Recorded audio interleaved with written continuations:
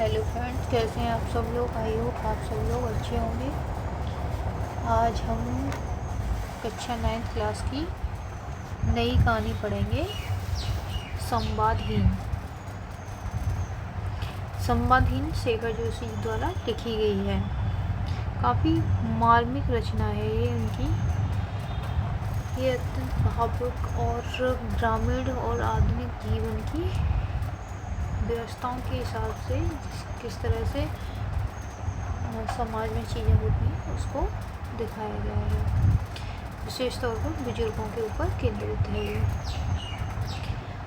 संवादहीन शेखर जोशी द्वारा रचित एक अत्यंत भावुक संवेदनशील कहानी है जो आधुनिक समाज में बुजुर्गों के अकेलेपन, उनके जीवन के मौन, आत्मीय बातचीत की कमी को दर्शाती है।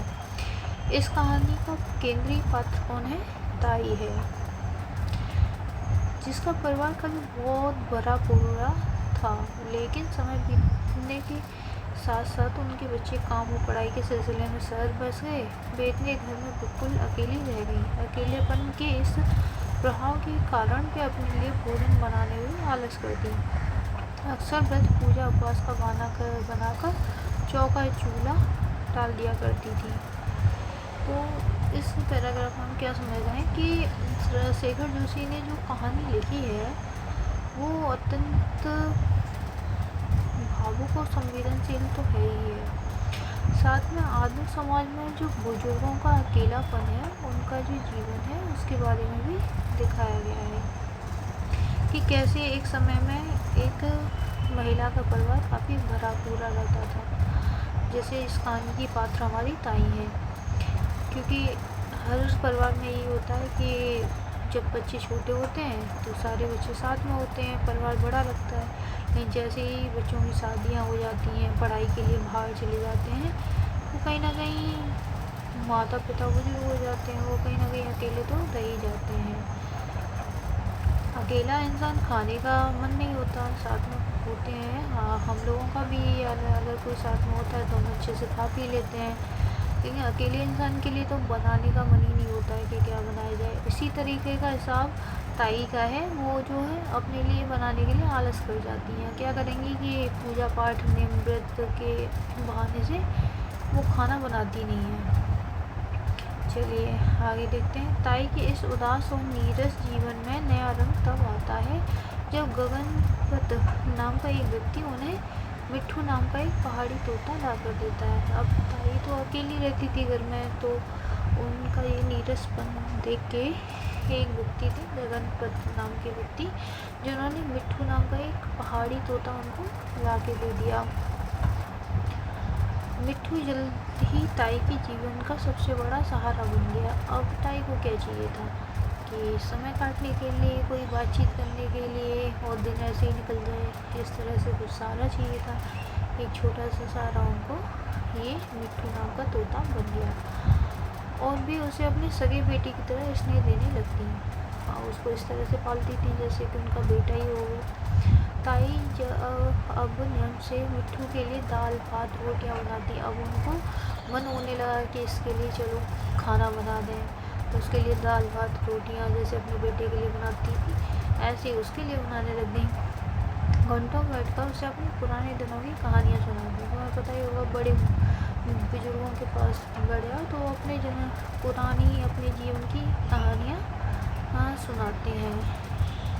मिट्ठू भी जवाब में राम राम, सीताराम, हर हर गंगे कहकर उनसे बातचीत करता, और मिट्ठू बड़ा ही धार्मिक तोता था, जो उनके लिए हर जवाब में क्या बोलता था? राम राम, सीताराम, हर हर गंगे कहकर बातचीत करता, जिससे ताई के जीवन का सूनापन दूर हो जाता और दोनों के बीच एक अनोखा व गहरा आत्मीय संबंध स्थापित हो जाता। इस तरह से वो अपनी दिल की बातों को बोल पाती थी, जैसे एक अपने बेटे की तरह उसे पालती थी। तो उन दोनों का आपसी एक अच्छा सा संबंध बन गया। आइए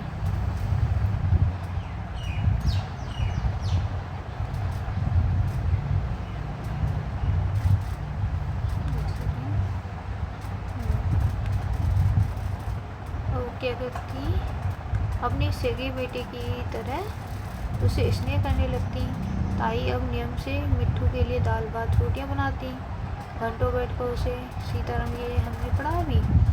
ठीक है, अब दोनों का कैसा गहरा और आत्मीय संबंध बन गया।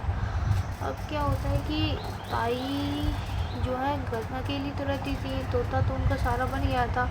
अब जैसे होता है ना, गली मोहल्ले के लोग हैं, वो क्या कि किसी दिन उनका कुंभ स्नान जाने का प्लान बन गया। तो अब उनको चिंता होने लगी। कहानी में नया मोड़ तब आता है जब ताई प्रयागराज में कुंभ स्नान के लिए जाने का फैसला करती है। तो अब वो ताई जो है प्रयागराज जा रही थी कुंभ मेले में। तो मिट्ठू तो छोटा था, तो उसकी उनको चिंता होने लगी कि इसका क्या करें, इसको साथ ले जाएं या फिर इसको घर छोड़ दें। तो काफ़ी सोच विचार के बाद उनको समझ में आता है कि जो पड़ोस में थी, उन्होंने बोला, पड़ोस की मास्टर जो थे उन्होंने बोला कि जो मास्टर थे उनकी पत्नी थी, उन्होंने बोला कि हमारे यहाँ आप अपना तोता छोड़ जाइए, आप बेचिंता होके कुंभ स्नान के लिए चले जाइए। तो वो इस बात को मान जाती हैं और खुशी खुशी उनको दे देती हैं। तो मिट्ठू की सुरक्षा के लिए उसे पड़ोस के जगन मास्टर की पत्नी के पास छोड़ जाती हैं। लेकिन अब यहाँ देखेंगे आप, जगन मास्टर जो है काफ़ी खुले विचारों के हैं, क्योंकि वो अध्यापक थे। तो वो मतलब हर किसी की स्वतंत्रता का सम्मान करते थे। तो वो जैसे ही पिंजड़े में उस पंछी को देखते थे तो उनको घुटन होती थी। तो उन्होंने क्या किया, एक दिन उसके पिंजड़े को खोल दिया कि तुम भी उड़ जाओ और पक्षियों की तरह अपनी ज़िंदगी जियो खुले आसमान में। लेकिन क्या हो गया, अब शुरू से ही मिट्ठू तो पिंजड़े में रहा, तो उनको तो आदत थी नहीं कि उसको तो आदत थी नहीं कि बाहर की दुनिया को देखे या वो करे। तो सारे पंछी उड़ जाते, वही रह जाता। तो वो कहते ये उड़ गया, देखो वो उड़ गया, तुम भी उड़ जाओ। वो खिड़कियों पे ही इधर उधर घूमता रहता, उड़ता नहीं था। लेकिन फिर धीरे धीरे क्या हुआ कि फिर उसने थोड़ा सा उड़ना शुरू किया, एक पेड़ से दूसरे पेड़, दूसरे से तीसरे पेड़। इस तरह से अब उसको खुला आसमान अच्छा लगने लगा। तो जगन मास्टर पक्षियों को पिंजरे में कैद रखने के सख्त खिलाफ थे, इसलिए वे कमरे को बंद करके मिट्ठू को पिंजरे से बाहर निकाल लेते। लेकिन मौका मिलते ही मिट्ठू रोशनदान से उड़कर खुले आसमान में अपनी आज़ादी की चाह में चला जाता। ठीक है, अब यहाँ तक इतना हो गया कि मिट्ठू उड़ गया आज़ादी की चाह में। अब उसको पकड़ने के लिए कोशिश करते रहे, लेकिन वो पकड़ में नहीं आया, क्योंकि उनको पता चली कि ताई जी का थोड़ा कड़क स्वभाव था। अब वो आएंगी, किस तरह से व्यवहार करेंगी। हाँ, ऐसा होता है कि अक्सर हम किसी को अपनी चीज़ें दे जाते हैं, तो फिर अब वो वापसी की चिंता तो उसको होती है ना लेने वाले को, कि हम तुमको दे गए, तुमने हमारे उसका क्या किया। तो ताई बड़े उत्साह के साथ कुंभ से लौटती है। अब यहाँ नया मोड़ आता है कि ताई अपने घर आने से पहले तो अपने मिट्ठू के पास ही आएंगी। तो ताई को लग रहा था कि मिट्ठू चहचहाएगा, खुश होगा और हरे राम राम करके पिंजरा तोड़ देगा खुशी से। ठीक है, लेकिन ऐसा कुछ नहीं होता है। जब ताई बड़े उत्साह के साथ कुंभ से लौटती हैं तो मिट्ठू को अपने वहाँ नहीं पाती, तो पूरी तरह टूट जाती हैं। लेकिन हालांकि वो दूसरा जो तोता लाके उन्होंने रख दिया था, कि उसी जैसा दूसरा तोता ला के रख दिया था कि उनको ऐसा ना लगे कि उनका तोता नहीं है और वो परेशान ना हो। लेकिन उसको काफ़ी टाइम तक जो मास्टर जी थे उन्होंने काफ़ी राम राम कहना, सीताराम कहना खूब सिखाया, लेकिन वो कुछ नहीं सीखा था वो तोता। और जैसी ताई आती हैं तो उनके सामने वो बिल्कुल भी कुछ नहीं बोलता है। लेकिन नया तोता ताई की बातों का कोई जवाब नहीं देता। घर में फिर से वही गहरा मौन पसर जाता है। ताई फिर से मौन हो जाती है और ताई का जीवन दोबारा पूरी तरह संवादहीन होकर समाप्त हो जाता है। यह कहानी हमें एक गहरा संदेश देती है कि बुजुर्गों को धन दौलत से ज़्यादा अपनों के समय और मीठे बोलने की जरूरत होती है। Thank you so much. आगे हम इस चैप्टर के क्वेश्चन आंसर करेंगे और आई होप आप सबको ये चैप्टर अच्छे से समझ आया होगा।